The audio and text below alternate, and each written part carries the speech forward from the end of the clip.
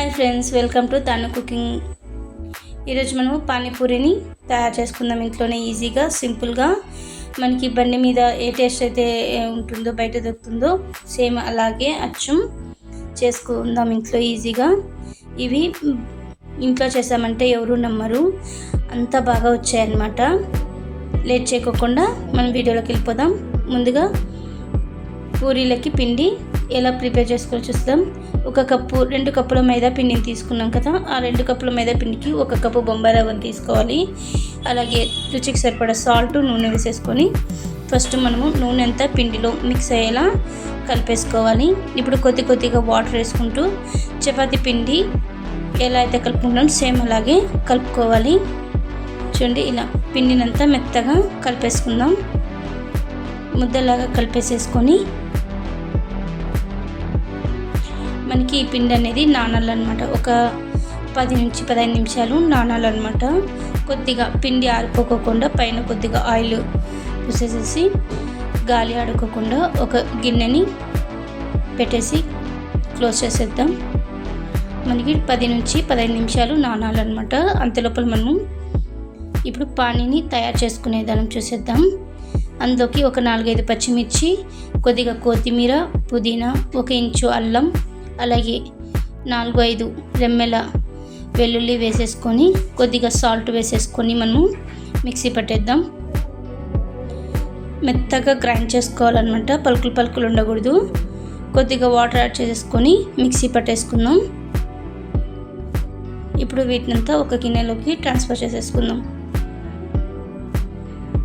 ఇప్పుడు నేను చింతపండుని ఒక 2 నిమ్మకాయలంత సైజు చింతపండుని తీసేసుకొని వేడి నీళ్ళు వేసి నానబెట్టుకున్నాను ఒక 15 నిమిషాల ముందు. చింతపండు బాగా నానిన తర్వాత గుజ్జునంతా తీసేసుకుందాం. అందులో ఉండే పీచునంతా పక్కకి తీసేద్దాము. చింతపండుని మొత్తం తీసేసినాం కదా, ముందుగా గ్రైండ్ చేసుకున్న మసాలాని పచ్చిమిర్చి అది వేసేసేసుకొని అందులోకి రుచికి సరిపడా సాల్ట్, జీలకర్ర, ధనియా వేయించి నేను పౌడర్ చేసి పెట్టుకున్నా ముందే, అది ఒక 1.5 టేబుల్ స్పూన్ వరకు వేసేసుకోవాలి. అలాగే red chilli powder, chaat masala అది ఒక 1/2 టేబుల్ స్పూన్ వేసుకోవాలి. ఎక్కువ వేసుకుంటే మనకి పులుపు ఎక్కువ అవుతుంది అనమాట. ఆల్రెడీ మనం చింతపండు వేసుకున్నాం కదా. ఇప్పుడు 1.5 లీటర్ వరకు వాటర్ యాడ్ చేసేసుకొని కలిపేసుకోవాలి. ఇప్పుడు గరం మసాలా వేసేసుకొని కలిపేసుకుందాం. అలాగే ఇందులోకి నేను మీకు ఒకటి మర్చిపోయాను, ఇందులోకి అలాగే మిరియాల పొడి కూడా వేసేసుకోవాలి. మీకు చెప్పడం మర్చిపోయాను.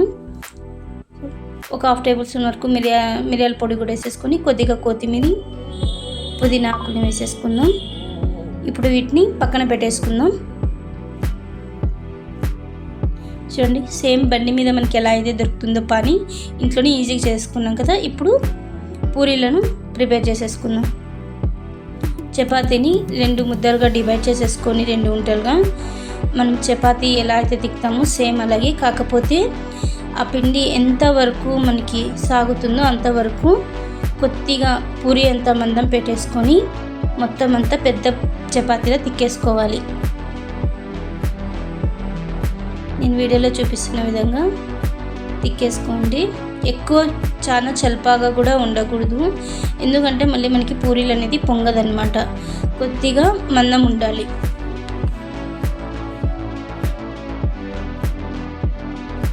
చాలా టేస్టీగా ఉంటుంది. మనకి బయట బండి మీద దొరికే పానీపూరి ఎంత టేస్ట్ ఉంటుందో సేమ్ ఇంట్లో కూడా అదే టేస్టే వస్తుందన్నమాట. నేను చెప్పినాను కదా. ఇప్పుడు ఒక మూత అనమాట, పానీపూరి మనకి ఏ సైజు కావాలో ఆ సైజు ఒక బాటిల్ క్యాప్ కానీ ఏదైనా తీసుకొని ఇలా నేను వీడియోలో చూపిస్తున్న విధంగా పూరీలన్నీ చేసేసుకోవాలి. మనకి బండి మీద ఎలా అయితే ఉంటుందో టేస్ట్ సేమ్ అలాగే ఉంటుంది. మీరు కూడా కావాలంటే ఒకసారి ట్రై చేయండి, మిస్ అవ్వకండి ఈ టేస్ట్ని. పానీపూరి చాలామందికి ఇష్టం ఉంటుంది, చిన్న పిల్లల దగ్గర నుండి పెద్దవాళ్ళ వరకు చాలా ఇష్టపడతారు. నాకైతే పానీపూరి చాలా ఇష్టము.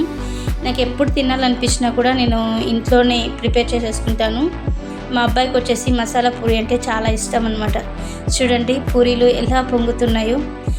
ఆయిల్ బాగా హీట్ అయిన తర్వాత మనం పూరీలన్నింటినీ వేసేసుకోవాలి. ఎక్కడ కూడా ఒక పూరి కూడా అది పూరి మాదిరిగా ఇది కాకుండా ప్రతి ఒక్క పూరి కూడా పొంగింది మనకి. చాలా సింపుల్గా ఇంట్లోనే మనము పానీపూరిని తయారు చేసుకోవచ్చు. పిల్లలకు కూడా హెల్తీగా ఉంటుంది. బయట వాళ్ళు చేతులు గ్లౌజులు వేసుకోండరు, ఎలా అంటే అలా అసలు నీట్నెస్ ఉండదు. సో కొంతమంది తినడానికి ఇష్టపడరు అనమాట. అలాగే పిల్లలు ఎంత అడిగినా కూడా కొంతమంది పేరెంట్స్ ఇప్పించారు. సో అలాంటి వాళ్ళు ఇంట్లోనే సింపుల్గా తయారు చేసుకోండి. చాలా అంటే చాలా ఈజీగా సింపుల్గా అయిపోతుంది. కొంచెం టైం పడుతుంది. చూడండి ఇంట్లోనే ఎంత సింపుల్గా మనము పానీపూరి చేసేసుకోవచ్చు. పూరీలు కూడా చాలా ఈజీ అనమాట. పెద్ద ప్రాసెస్ అయితే కాదు నాకు చెప్తే. బాగా ఇంట్లో ఎంతమంది ఉన్నా కూడా వాళ్ళకి ఎంత తినాలనిపిస్తే అంత తినచ్చు అనమాట. ఇంతే లిమిట్ అనేది ఉండదు. ఎందుకంటే మనం ఇంట్లో చేసినట్టే కాబట్టి మనకి హెల్తీగా ఉంటుంది. అదే బయట అయితే చూసుకొని తినాలి. ఇప్పుడు ప్లేట్కి నాకు తెలిసి ఇప్పుడు 20 రూపీస్ అయింది ప్లేటు. ఒక 8 or 6 ఇస్తున్నారు ఒక ప్లేట్కి పూరి. సో మనం ఇలాగే ఇంట్లో సింపుల్గా చేసేసుకుంటాం. చూడండి ఎంత ఈజీగా పానీపూరి అనేది రెడీ అయిపోయినాయి కదా. నేను ముందుగానే బఠానీలు ఉడకపెట్టుకొని పక్కన పెట్టేసుకున్నాను. క్యారెట్, ఆనియన్స్ వేసేసుకొని ఇప్పుడు పానీని వేసేసుకొని తినేసేద్దాం. సేమ్ బయట మనకి బండి మీద దొరికే టేస్ట్ ఇంట్లోనే చాలా టేస్టీగా ఉంటుంది. బయట తినేంత ఫీలింగ్ కూడా ఉంటుంది. ఇవి మనం ఇంట్లో చేసామంటే ఎవ్వరూ ఒప్పుకోరు. మీరు కూడా ఇంట్లో ట్రై చేసి తప్పకుండా నా కామెంట్లో చెప్పండి. Please subscribe my channel.